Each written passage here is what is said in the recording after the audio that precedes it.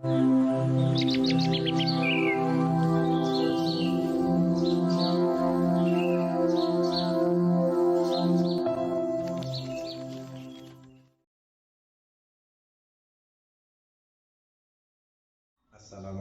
warahmatullahi wabarakatuh. Alhamdulillah, Allahumma sholli ala sayyidina Muhammad. Untuk memenuhi tugas ujian PBG yang berupa pembuatan video, saya buka dengan perkenalan diri. Nama saya Sulaiman, nomor peserta PBG 576276006707, kelas WG 3 Universitas Maulana Malik Ibrahim Malang. Karena dalam pembuatan video ini masih banyak kekurangan, untuk itu kami mohon bimbingan dan arahan kepada Bapak dosen untuk membimbing dan mengarahkan kepada kami.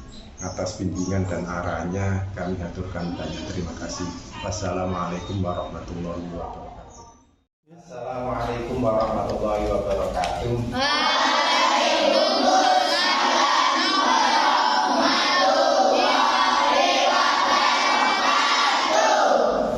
Apa kabar hari ini?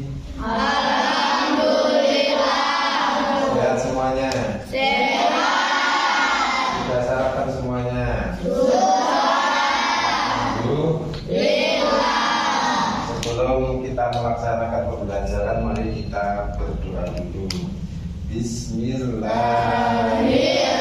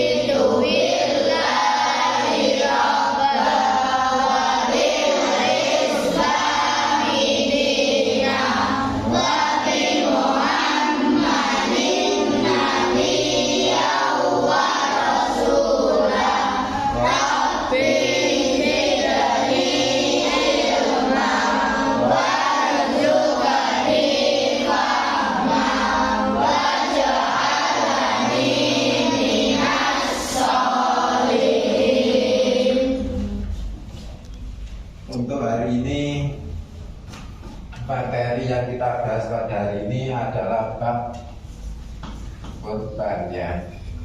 Anda tahu tentang korban? Korban.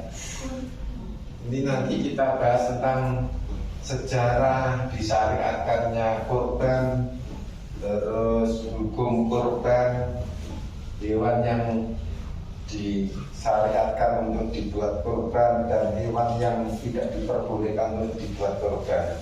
Untuk itu sebelum kita masuk dalam materi, kita absen dulu.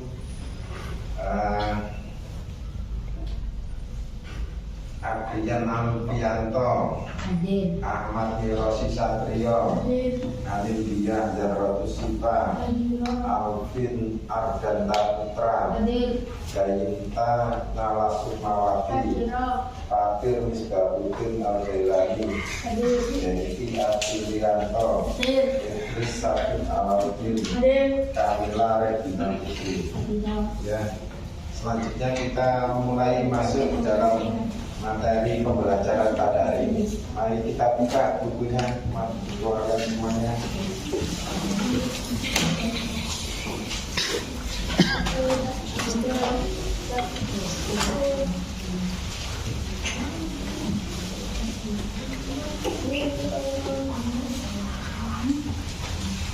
Sudah, halamannya sudah ya. Hari ini kita bahas tentang kurban, bicara tentang kurban. Tapi dibaca dulu sebentar, baru dipahami, dan setelah itu kita terangkan. Sejarah kurban adalah syariat yang diperintahkan oleh Allah kepada seorang muslim, bagi muslim, yang mana syariat kurban ini sudah ada sejak Nabi Adam alaihissalam. Jadi sebelum Nabi Muhammad, Nabi Adam sudah diperintahkan untuk kurban. Ini kita bisa melihat tentang cerita Qabil dan Habil yang diperintah untuk berkurban. Tapi kurban yang diterima oleh Allah adalah kurbannya Habil, karena Habil berkurban dengan seekor gibas, kambing gibas yang gemuk, yang baik. Tapi Qabil kurbannya pakai hasil tanaman padi yang busuk. Jadi yang diterima oleh Allah adalah kurbannya Habil. Terus syariat lagi ada di ceritanya Nabi Ibrahim dan Nabi Ismail. Nabi Ibrahim dan Nabi Ibrahim diperintah oleh Allah untuk mengorbankan putranya yang bernama Ismail. Ismail itu ada yang ganteng, pinter, imut-imut, yang mana kelahiran Ismail itu ditunggu-tunggu oleh Nabi Ibrahim. Setelah lahir, sudah waktu lucu-lucunya, Allah memerintahkan untuk dikorbankan. Akhirnya ketika mau disembelih, Nabi Ismail mau disembelih oleh bapaknya Ibrahim, akhirnya diganti oleh Allah dengan kambing gibas, yang kambing gibas dari kurbannya Habil. Jadi tidak sempat disembelih. Ini adalah kurban, itu sejarah kurban. Dan syariat kurban dari Nabi Muhammad ini mengikuti syariat kurbannya Nabi Ibrahim. Jadi perintah melaksanakan kurban ini mengikuti syariatnya Nabi Ibrahim. Ini cerita sejarah tentang syariat kurban. Terus kita baca lagi, mari kita baca tentang pengertian kurban. Ayo dibaca.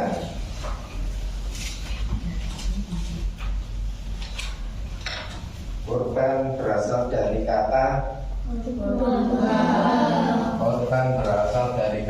korban, yang bermakna berarti mendekatkan diri. Ini secara bahasa. Secara syariat apa? Secara syariat adalah menyembelih binatang karena sebagai cara mendekatkan diri kepada Allah. Menyembelih binatang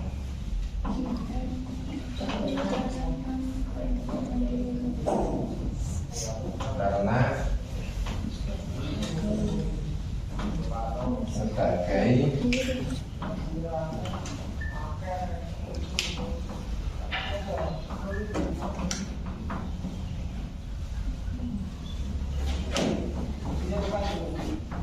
ini adalah pengertian kurban secara syariat, yaitu menyembelih binatang ternak sebagai kepada Allah. Jadi tujuan kurban kita itu adalah mendekatkan diri kepada Allah, bukan untuk berbangga-bangga diri atau bukan karena orang lain, tapi karena ingin mendekatkan diri kepada Allah. Ini adalah pengertian daripada kurban. Dasar hukum kurban dibaca apa? Ayo dibaca lagi tentang dasar hukum kurban. Dasar hukum kurban.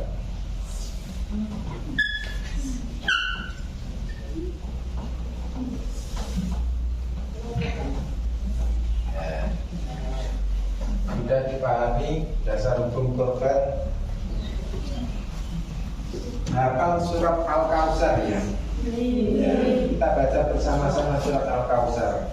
Bismillahirrahmanirrahim.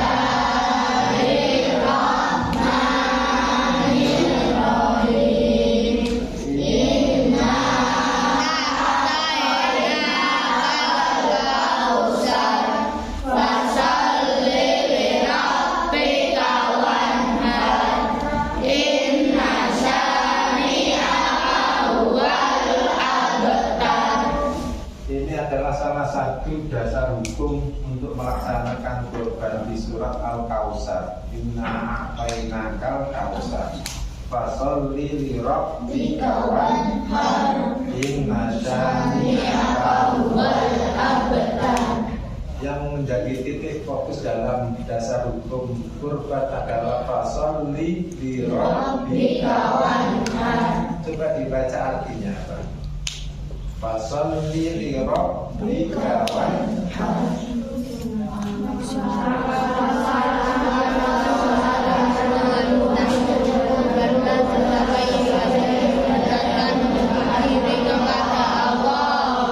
Ya, pinter. Maka fasholli li rabbika wanhar itu maka sholatlah untuk Tuhanmu dan berkorbanlah. Ini adalah cerita tentang apa? Ayat ini tentang telaga Kautsar. Telaga Kautsar itu salah satu telaga yang diberikan Allah kepada Nabi Muhammad. Telaga Kautsar itu airnya itu lebih jernih daripada lebih putih daripada susu, lebih manis daripada madu. Rasanya sangat lezat. Ketika kita minum satu teguk tidak akan haus selamanya. Ini adalah telaga Kautsar. Dan ini diberikan kepada Allah kepada Nabi Muhammad.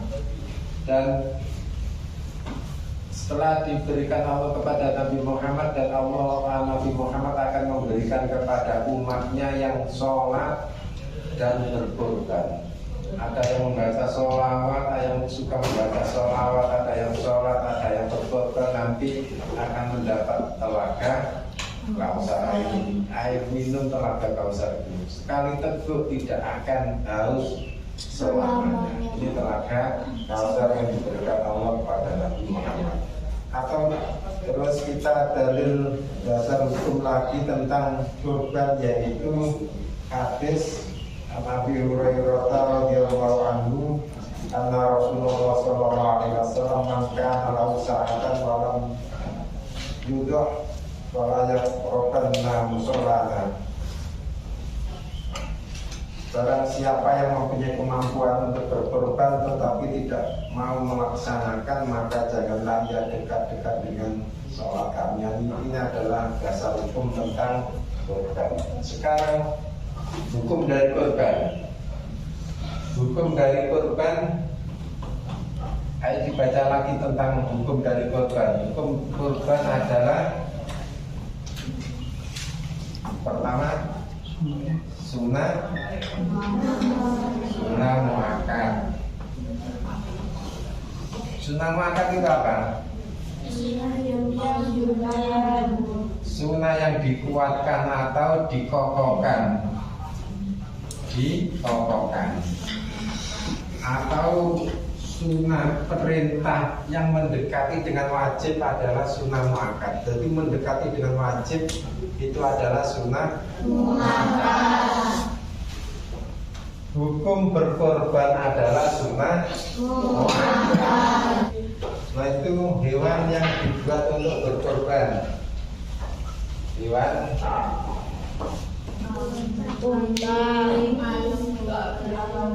yang dibuat untuk berkorban. Kita baca kembali. Hewan yang dibuat untuk berkorban ada berapa? Ada unta,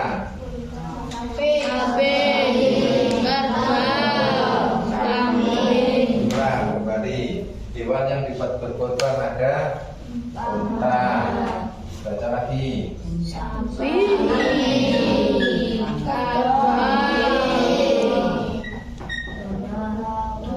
Kambing atau domba, sapi atau kerbau. Umurnya berapa kalau unta? Umurnya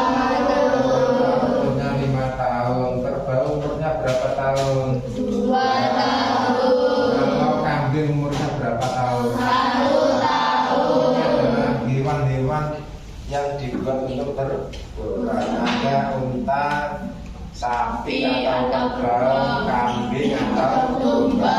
Umurnya unta 5 tahun baru diperbolehkan untuk dibuat korban. Terus sapi atau kerbau umurnya 2 tahun baru bisa dibuat untuk berkorban. Untuk kambing atau domba umurnya 1 tahun baru bisa dibuat berkorban. Ada yang tanya, kalau itu sapi atau kambing yang dibuat berkorban apa hanya sapi yang jantan, Pak?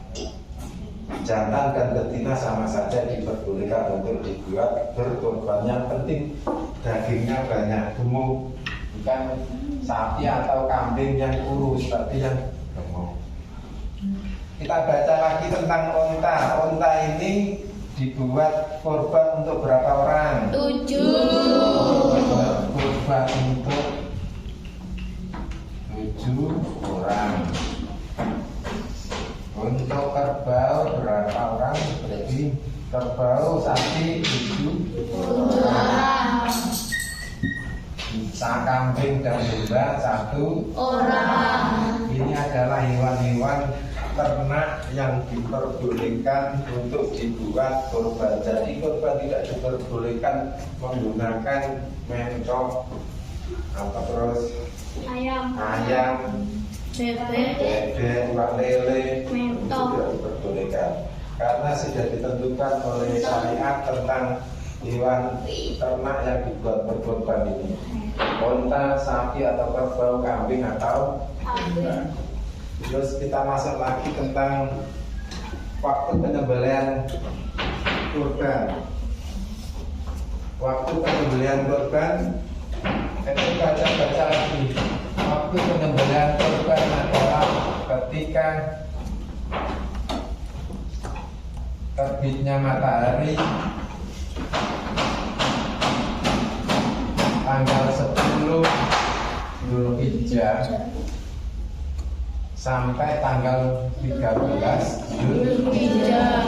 Jadi waktu menyembelih kurban itu mulai tanggal 10, 11, 12, 13 Dzulhijjah. Jadi tanggal 10 ini adalah dinamakan Idul Adha. Setelah kita sholat 2 rakaat, dan berkurban 2 kali, setelah itu melaksanakan menyembelih kurban. Ini namanya Idul Adha. Tanggal 10 ini namanya Idul Adha. Ini mulai menyembelih hewan kurban sampai tanggal 13, 11, 12, 13. Tanggal 11, 12, 13 ini dinamakan hari Tasyrik. Jadi penyembelihan kurban mulai tanggal 10, 11, 12, 13 bulan Dzulhijjah. Dzulhijjah itu bulan Qamariyah, bulan Hijriyah ya, bukan bulan Masehi. Terus masuk pada kita baca lagi tentang hewan yang tidak diperbolehkan untuk dibuat kurban. Ayo kita baca. Hewan yang tidak diperbolehkan untuk dibuat kurban yang pertama ada 1, bermata buta. Mata buta 1 atau mata buta kedua-duanya buta, maka tidak diperbolehkan untuk dibuat kurban. Cara Jawa ini moto maka tidak diperbolehkan dibuat kurban. Nomor 2, pincang, kakinya pincang itu kakinya pincang, melakukannya belayar, maka tidak diperbolehkan untuk dibuat kurban. Nomor 3 yang tidak diperbolehkan untuk dibuat kurban adalah urus. Urus itu gak ada kayak dibeleng, kati golek dagingnya gak ada berkali balungin kalau kongkong kati ngomongan balung. Jadi tidak diperbolehkan untuk dibuat kurban. Nomor 4, berpenyakit, penyakitan menurutnya awalnya penyakit, maka tidak diperbolehkan dibuat kurban. Dikhawatirkan nanti ketika dimakan orang yang makan ikut tertular penyakit. Ini adalah sifat-sifat hewan yang tidak diperbolehkan untuk dibuat Kurban. Terus sekarang hikmah dari kurban. Kita baca lagi hikmah dari kurban. Hikmah dari kurban adalah pelaksanaan pengamalan perintah Allah. Nomor 2, mendidik jiwa ke arah takwa dan mendekatkan diri kepada Allah. Nomor 3, mengikis sifat tamak dan mewujudkan sifat murah hati, mau membelanjakan diri kepada Allah. Ini adalah materi pada hari ini. Terus hari ini kita evaluasi. Coba sebelum kita evaluasi dengan baca dulu. Sebelum kita menyelesaikan pembelajaran pada hari ini, kita evaluasi, kita berdiskusi. Yang pertama tentang pengertian kurban. Dari penjelasan yang tadi, ada yang tahu tentang pengertian kurban? Kurban berawal dari kata apa? Kurban. Bermakna apa? Mendekatkan diri. Kalau secara bahasa itu korban mendekatkan diri. Kalau secara syariat yang sebelah sini, secara syariat itu kurban berarti apa? Kurban berarti apa? Secara syariat Menyembelih binatang ternak sebagai cara mendekatkan diri kepada Allah. Terus dasar hukum kurban yang sini, kelas garis yang sini. Dasar hukum kurban adalah surat apa? Ayo dibaca bersama-sama.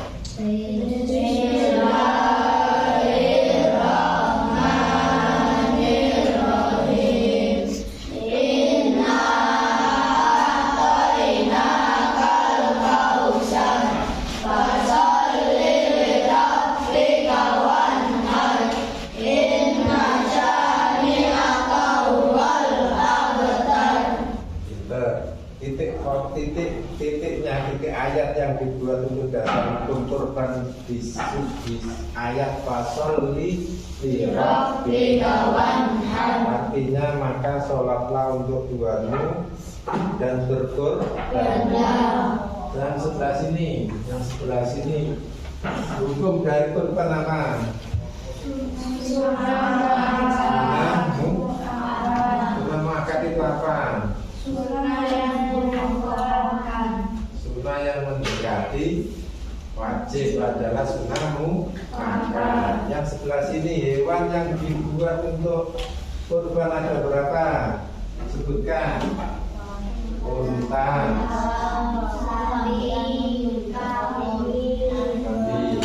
kalau unta umurnya berapa? Umur 5 tahun baru bisa dibuat kurban. Kalau yang sebelah sini kambing bisa dibuat kurban, ada umurnya berapa?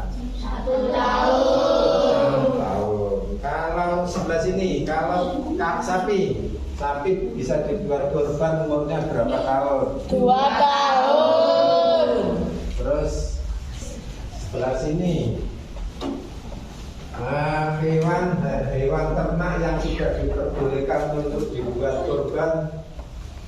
Bukan. Mata buta. Terus nah, ini adalah hewan-hewan yang tidak diperbolehkan untuk dibuat kurban semuanya ya. Terus yang sebelah sini, waktu penyembelihan kurban mulai tanggal berapa? 10, 11, 12, 13 Zulhijjah. Terus apa lagi? Terus coba kalau hikmah dari hewan, hikmah dari berkorban dibaca satu. Hikmah dari korban dibaca. Ayo. Hikmah dari korban dibaca. Mengenang Ya Allah subhanallah kepada Nabi Ibrahim.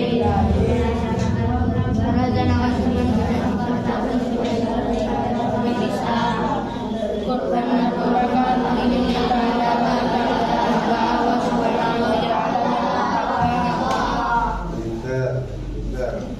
Coba saya panggil satu orang anak, kira-kira bisa menjawab apa tidak ya?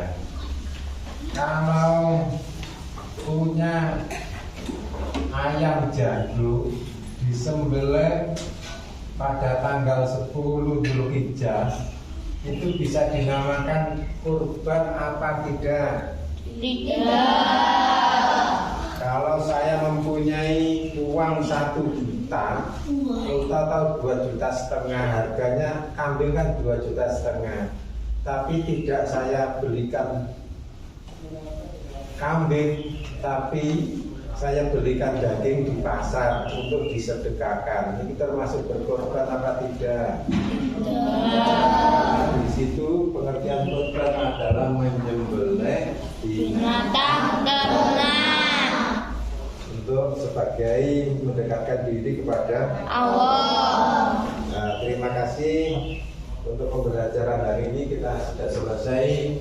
Dan sebelum kita menutup pelajaran kali ini, semoga apa yang kita terima menjadi ilmu yang manfaat, dan semoga semuanya menjadi anak yang soleh, solehah,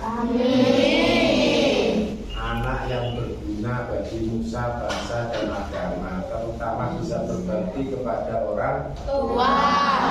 semuanya bisa menggapai cita-citanya. Mari kita berdoa bersama-sama. Bismillahirrahmanirrahim.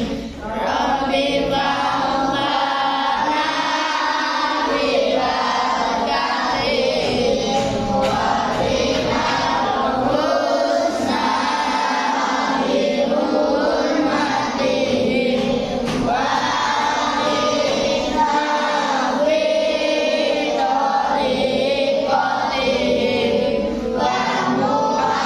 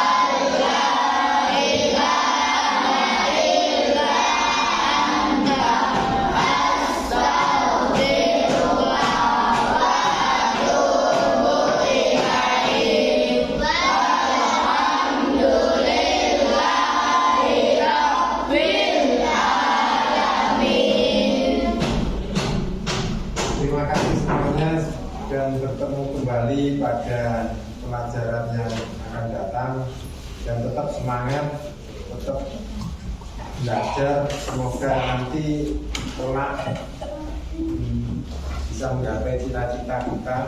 Ya tetap semangat ya, tetap semangat, jangan mundur. Mumpung ijik masih kecil, ya kita akan memenuhi bulannya di. Kalau kita semangat belajar, kita belajar, kita akan menuai hasilnya di kemudian hari. Dari saya mohon maaf yang sebesar-besarnya. Wassalamualaikum warahmatullahi wabarakatuh.